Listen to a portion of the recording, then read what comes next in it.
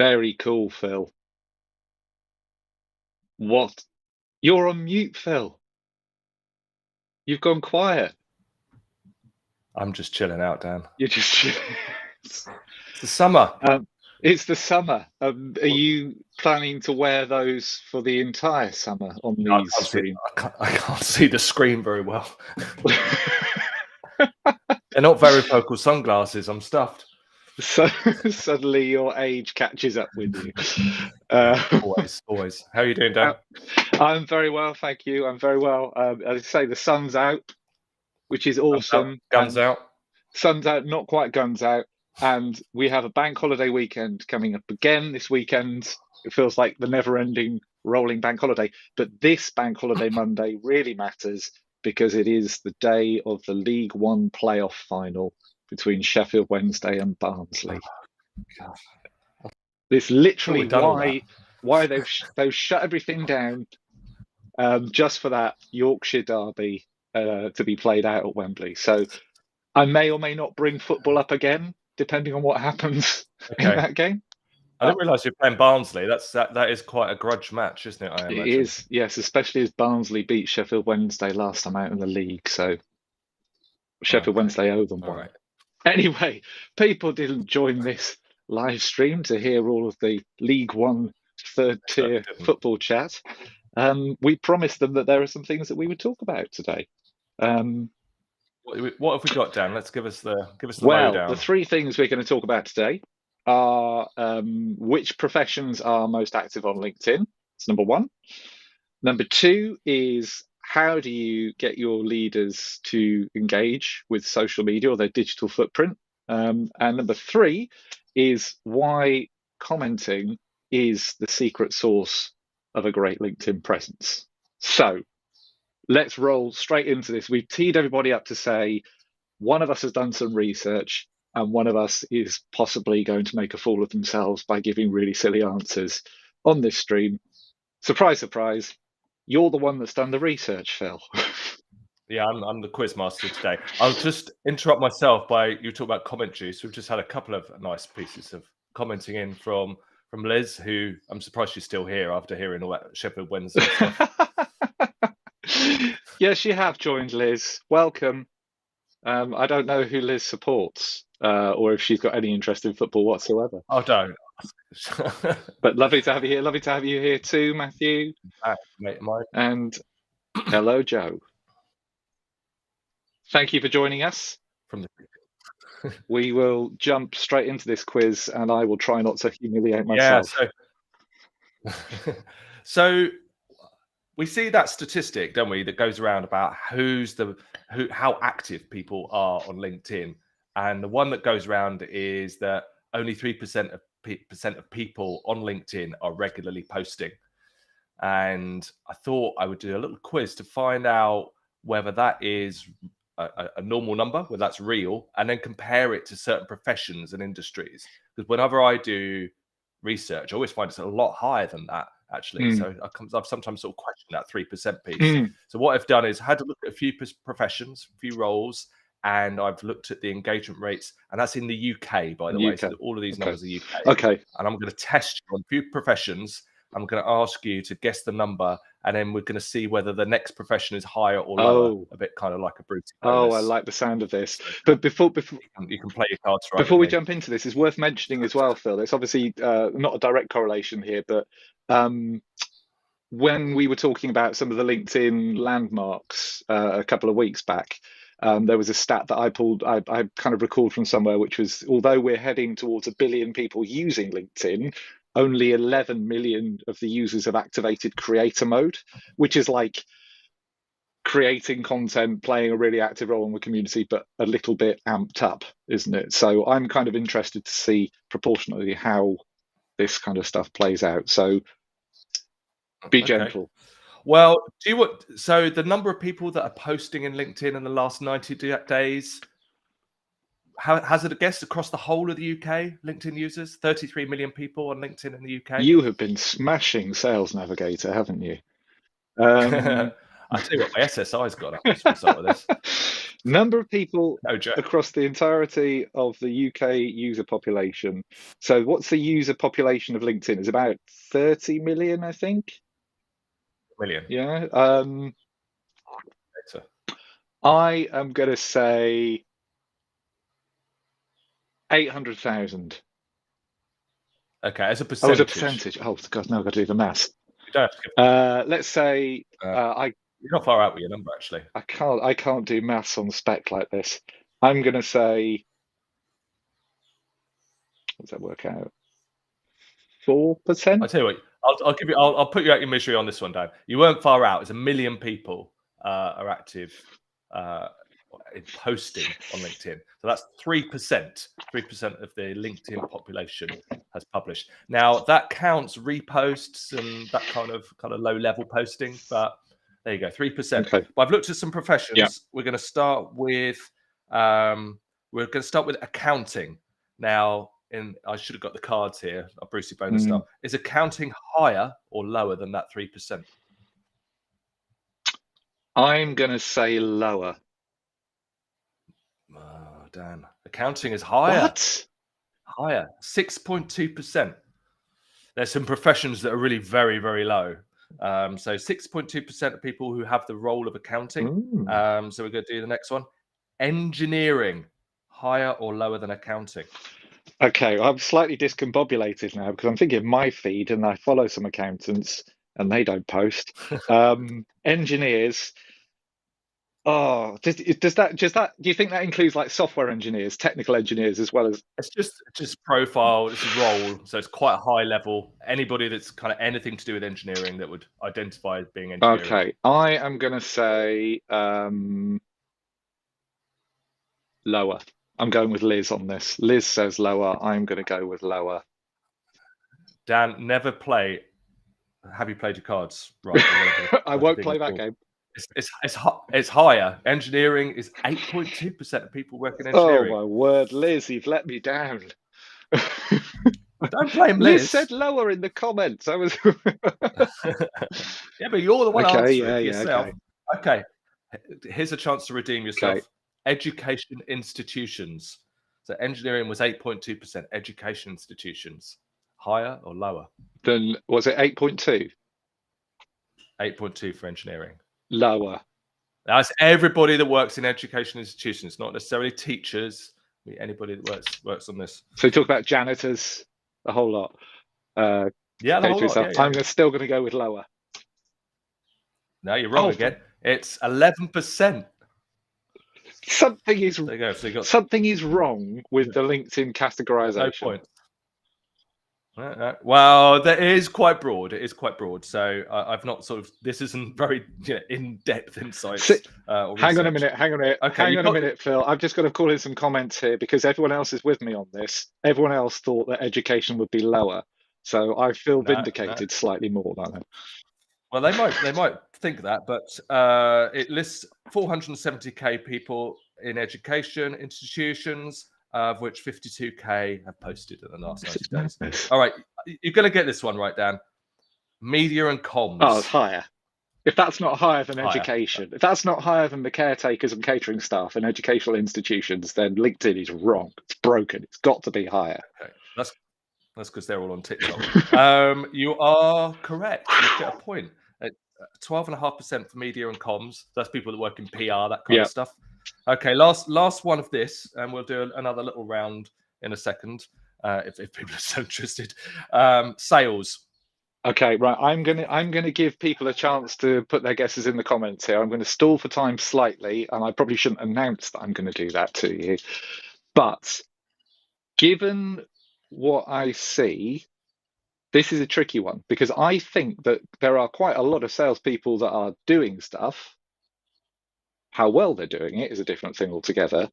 Well, yeah. Remember I said it's reposts everything. Including reactions, right?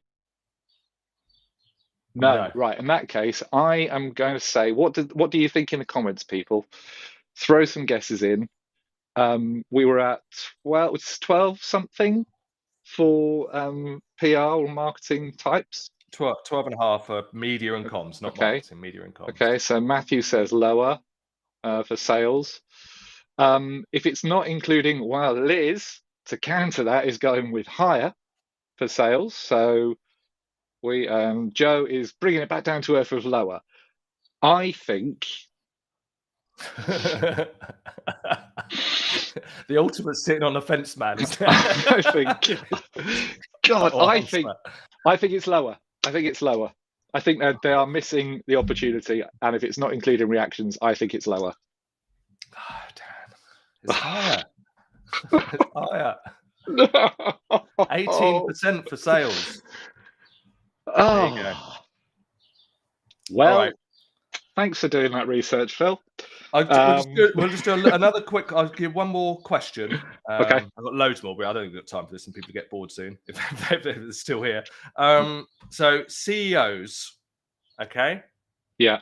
CEOs of large firms versus CEOs of small firms. So large firms, I'm counting, I think it was anybody above 2,000 employees, and small firms, I was counting anybody under 200. And these are people that list CEO as their job title. So the other ones were role based. I don't know if that would help you or not. But... All right. So we could be like CEO founders of one-man bands. That could be people. Myself a CEO. You could call yourself a CEO. Okay. Well, Joe, as a distraction here, Joe wants to know for the next round, what is the percentage for LinkedIn trainers and strategists? CEOs, I think CEOs of, so under 200 employees,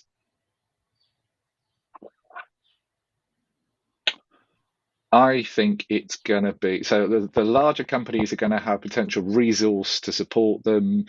The smaller companies are probably going to be more focused on growing their business and the grunt work. But I think on balance, probably the ones for smaller companies more active. Okay, this is your last chance to redeem yourself here, Dan. And you've said the smaller firms, CEOs, are more active in terms of publishing content on LinkedIn than bigger firms. Yeah, I'm thinking startup mentality. That's what's leading it for me. So, drum roll. You're right. You're right. Small firms, and the percentage rates are very much higher than I expected. And this is just like straw poll based in the UK. Didn't do any other filtering, but small firms, it's 29.6% of small firm CEOs have published in the last 90 days, and 21% of large firms. So that's higher than sales, higher than marketing, PR people, higher than the education people. So we always say CEOs aren't very active on LinkedIn. They're actually more active than most. So there we go. Interesting. That is very interesting. So Phil, what is your gut feeling about why it is that the CEOs of smaller companies are much more active than the CEOs of large companies? I've already given my theory, and I was kind of on the fence with it. Aside from the fact it's important and they've got comms teams behind them, and they've, it's part of their job. I think a lot of them are doing quite low-level stuff like reposting company news and things like that. So I think there's a question to be had about quality of publishing. But yeah, I think they recognise it's part of their job. It's, if you're a small firm CEO, you're going to use it to help get sales. If you're a big firm, it's a bit more complicated than that. You've got lots more audiences to think about, so it's part of their job, and see some benefit from it, I suppose. I'm surprised that it's higher than salespeople, I have to say, but there we go. Yeah. I'll save my numbers for another day. We can do that. We probably need to get. We should. Yes. Come on, Phil. Stop commandeering it with all of your research. Let's do some random opinion stuff instead of backing it with evidence. I think that's what the audience wants. Okay. I should stress that this was not orchestrated based on me understanding any of that data whatsoever. But our second talking point today is, what does it take to actually get a leader to activate and engage with their digital footprint, right? Which is clearly not something that the vast majority of the most senior leaders are doing based on that research in the UK. Well, lots of leaders actually aren't even on LinkedIn. So we've been polling the people that have got LinkedIn accounts. There's lots out there that haven't even bothered to set themselves up a LinkedIn account. So yeah, or they're just dormant. Interesting. So we have worked with lots of senior leaders to help them activate their presence on LinkedIn. What do you think are the most likely kind of objections that somebody that's trying to do this or that needs to do this would have to doing it in the first place, Phil? Well, I think a lot of business leaders, particularly of medium-sized and large firms, are actually quite worried about becoming active on LinkedIn. They see you kind of like all of us, we do sort of upsides and downsides risk assessment, and on the whole, they go, actually, it's just easier not to do it. It's just too many things to worry about. And the sorts of things they're worrying about, I would say, are that it's risky. So if I put myself out there, what happens if something goes wrong and then I have to field customer service inquiries or all of that kind of stuff, or there's a crisis, how am I I'm going to be attacked online? So they worry about the risk side of it. A lot of them have imposter syndrome, just like the rest of us mortals. They doubt themselves. They worry about whether people are going to be interested in it. They know that what they're saying has more weight. It matters more in a sense. So if you work for a PLC, the things that you say could move the share price. It's not just your opinions. You and I can get away with saying what we like, and by and large, nobody really cares. But if you're doing that for Sainsbury's or NatWest Bank or something like that, then it matters a lot more. And I think a lot of it is they don't know what to say as well. It's kind of like, well, what am I going to talk about? They've got a lot of people advising them and saying, can you put out something about our results or our press release or whatever? But they're not sure whether that's really something that's worth saying. So there are a few of the objection points that we come up with. I think a lot of it is sort of more based around fear. In summary, what's your take on that, Dan? Hear similar things? I think there's kind of a related point to those, which is they don't necessarily understand the value, or they don't recognize the value of them having that place. I mean, how many times have you seen the post that said, leaders must do this, leaders must, in your LinkedIn feed? And I think the irony of those is that it's not the leaders that are reading those. So you're kind of preaching to the converted in that respect. So I do think that there's for a lot of them, there's a question mark of, okay, so why am I going to do it? What is the value? What's the point of me doing it? Can't someone else just do it for me, quite frankly, sometimes. Wow.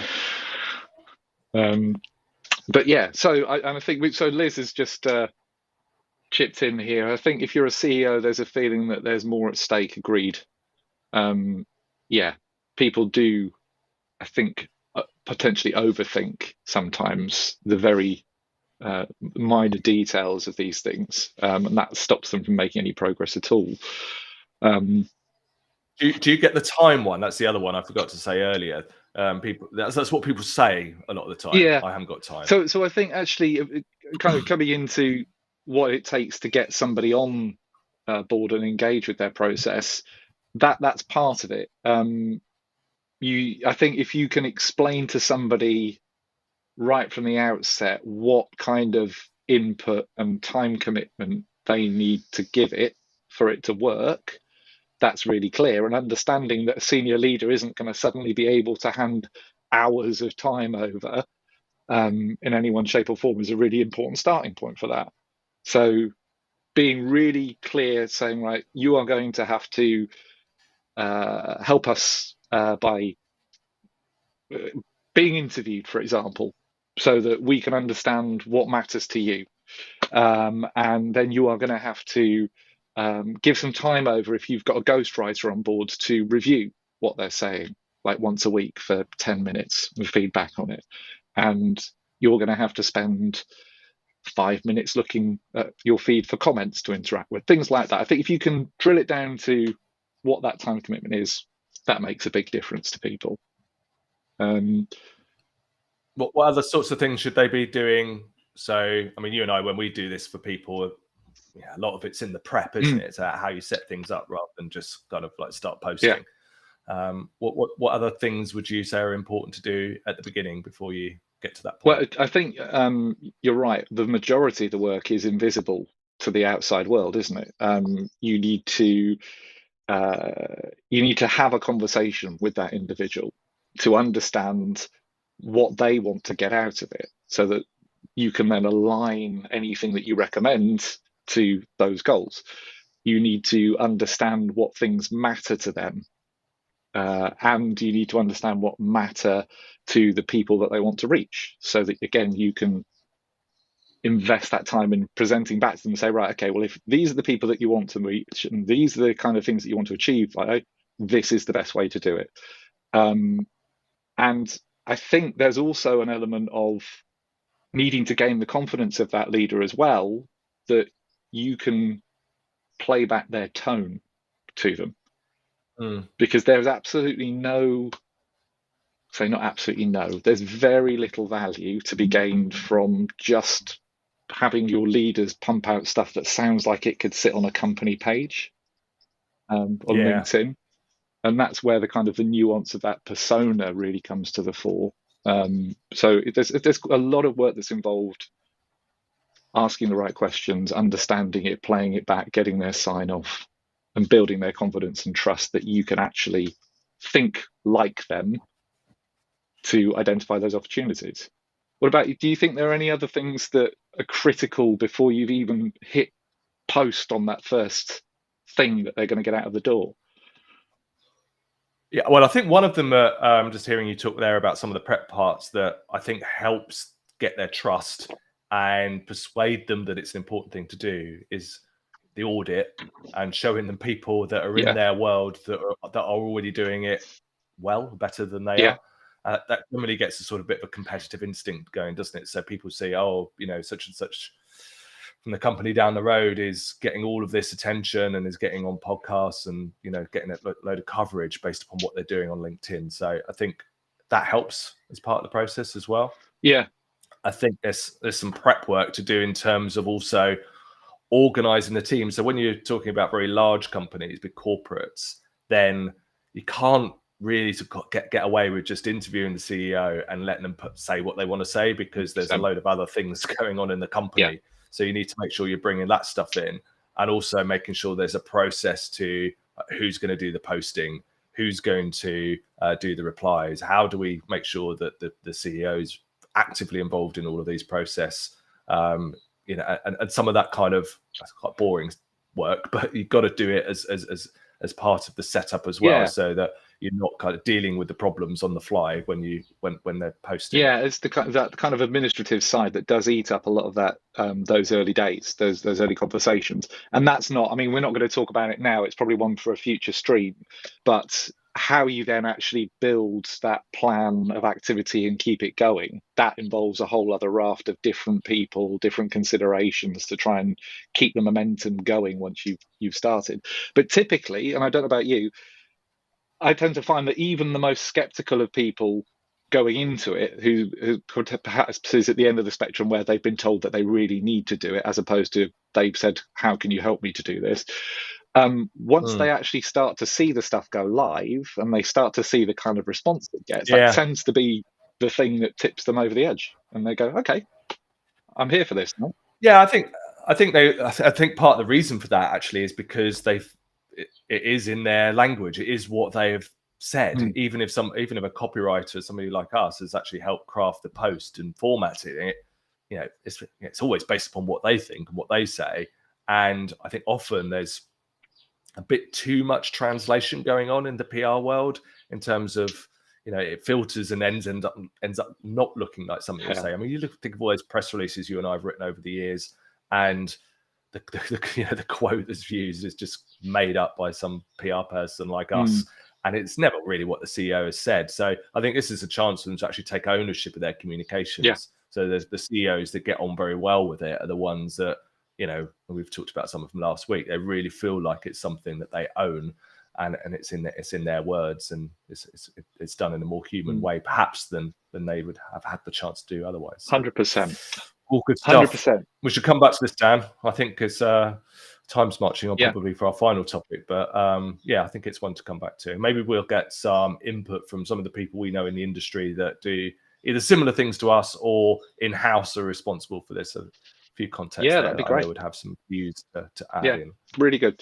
Okay, so the last thing, and we would love to get some comments on the stream for this one, is commenting, and how commenting itself is, I think, one of the most underestimated and underrated components of an effective LinkedIn presence. If you don't know the value of it, you're probably not doing it anywhere near as well or as effectively as you could be doing it. So you posted something recently, Phil, where you were looking at kind of the anatomy of different kinds of commenting approaches, didn't you? Do you want me to call that up for you? Yeah, that might be an idea. Yeah, I've got the slide, but I'll probably cock it up if I'm honest. It's a PDF. So yeah, if you've got that, and just to, I suppose, introduce the topic of commenting and why it's important, build on what you've said. I think that we often talk about the value of commenting in our training, and we show people how to comment. But I don't know about you, when you do training stuff, the commenting bit is actually towards the end of the training. So even we're not prioritizing it perhaps as much as we should. We always start with building the persona and all of that type of stuff, and posting and content formats. I always actually have commenting fairly low down. Maybe I should change that around. And since thinking about comments a bit more than I did before, I've really trying to up my comment game, and do comments in a bit more deliberate, thoughtful way than I was perhaps doing them before. Well, I think it is a tricky one, right? So Liz just chipping in here as well. I agree with this, Liz. I've made this point previously, that if you're not sure about what you want to post as like published content, then commenting is a really good way to kind of dip your toe in the water, test it out, build your confidence. Plus, the algorithm absolutely loves seeing people commenting, not just on their own stuff, but on other people's things as well. So thanks for that, Liz. I'm just going to call up this. I've actually got your post here, Phil. So put that up on the screen.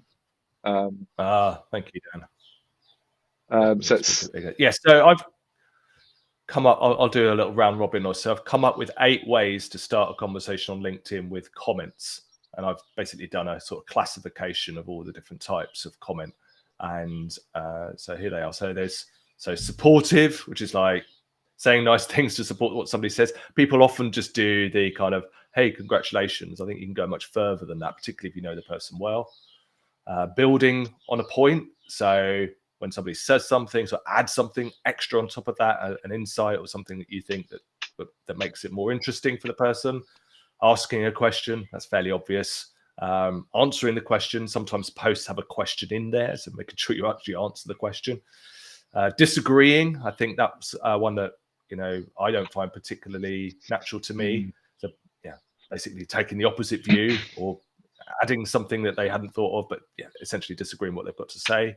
Humor, being funny, a little joke. It doesn't have to be something too far out. It can just be something quite gentle.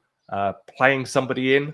So that's where you'll I did one of those this morning myself, actually, where I saw a comment from an economist whose presentation I attended earlier in the week, and she just launched an ESG report, and I played in an ex-colleague of mine who looks after ESG for his agency. So just tagged him into it. So to play someone in, and shared experience where you can kind of empathize with the person that's put the post out, and build rapport in that way. So they're my kind of 8 ways. Yeah.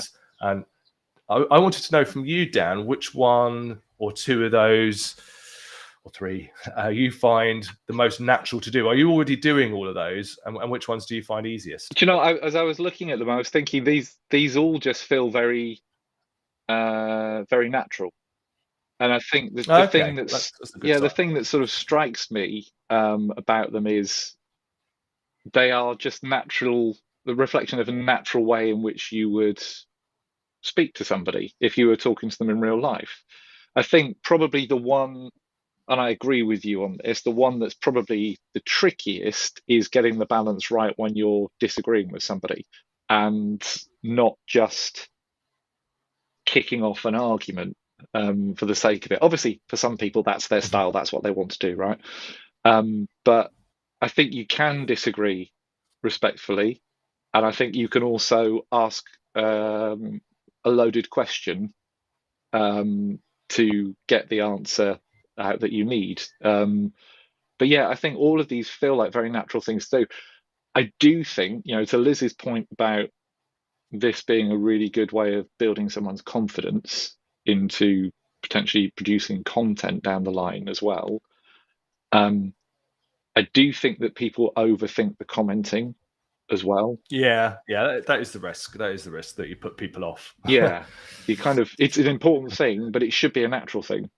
If you're adept at having a conversation with someone, it shouldn't be hard.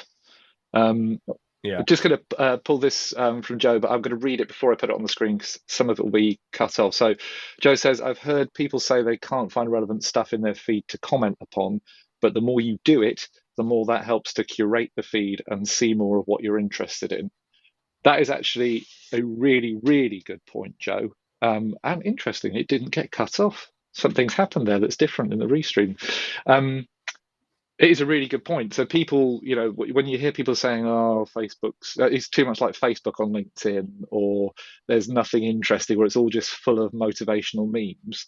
Well, if you don't send the signal to the algorithm what you're interested in, you're not going to get stuff that you're interested in your feed, are you? So I agree, Joe.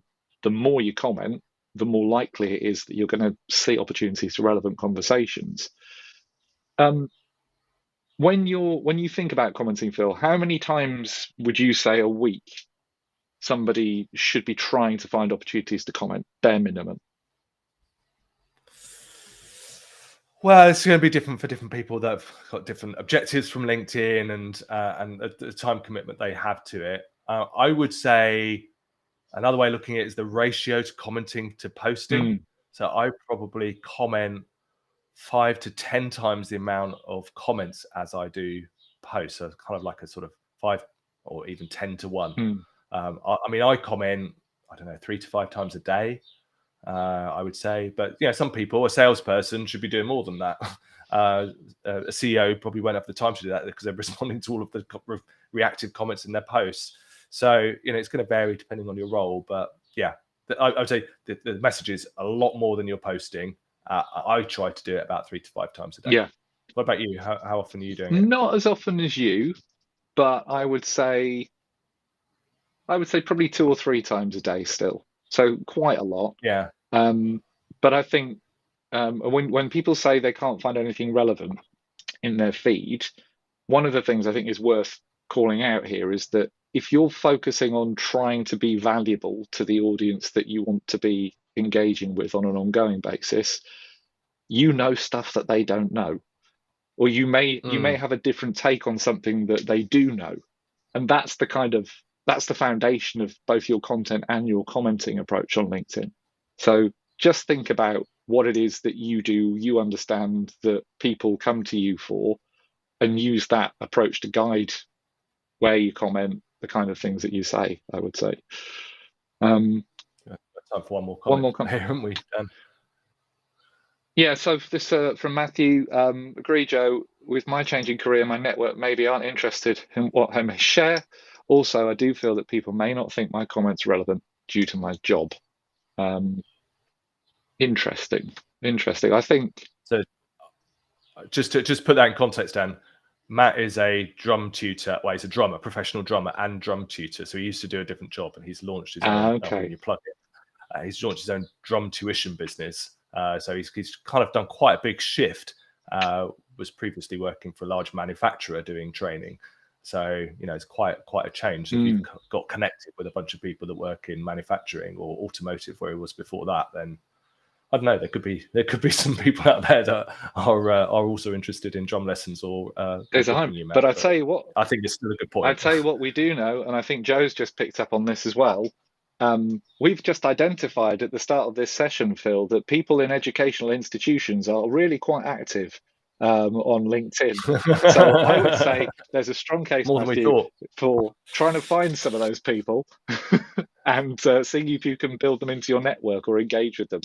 Because it sounds to me like they may be amenable to those kind of approaches and seeing. Yeah, well, that's a good way of finishing. I think a nice positive note. 100%.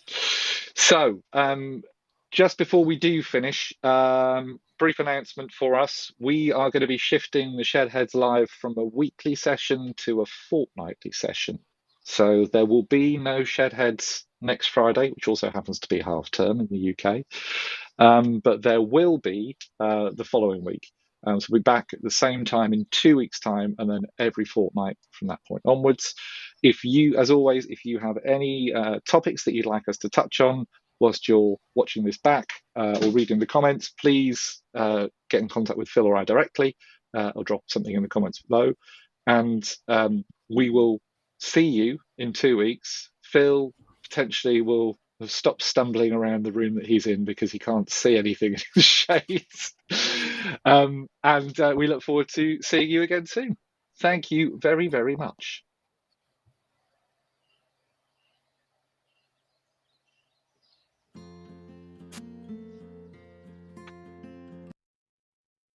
That's the wrong one. It's done it again.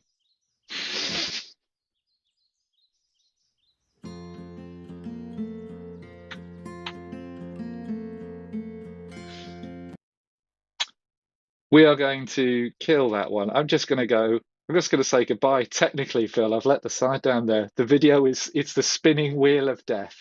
So on that incredibly professional outro, thank you, everybody. We'll see you again in a couple of weeks.